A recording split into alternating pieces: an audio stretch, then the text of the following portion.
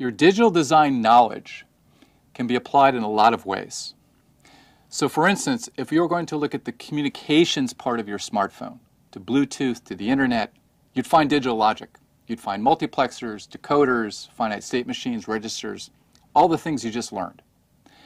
Now in this computer organization part of the course, we're going to apply our digital logic skills to the design of a computer. Now this part of the course is broken up into two main pieces. The first is what's called the microarchitecture. You can think of this as the hardware design of the machine. So this is going to make wide use of our digital logic skills. We're going to use registers and multiplexers and adders. All of these things we're going to put together now to make a working computer, a piece of hardware that can execute programs. Now this is the second part of our course, which involves programs, but specifically it involves what's called the instruction set architecture. So this is the interesting part of a computer where the hardware and the software come together.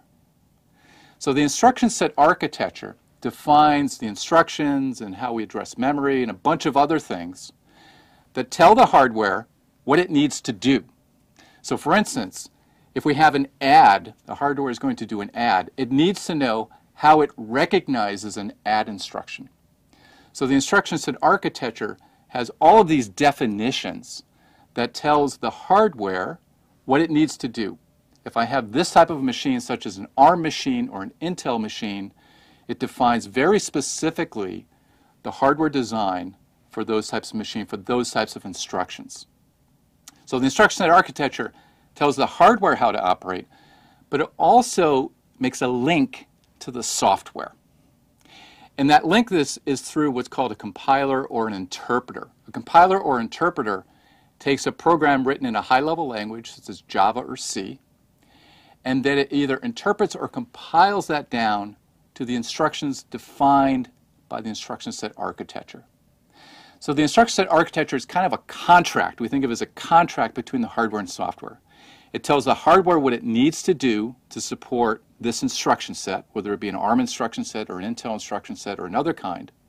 And it also tells a compiler or interpreter how to translate a high-level language program to the instructions that the hardware can operate on. So that's a very important component that we're also going to cover.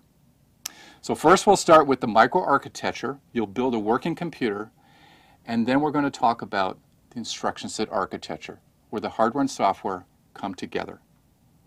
And once you were done with this section, you'll know how to design a working computer hardware, and also you'll be prepared to work on the next part of the course, which is programming.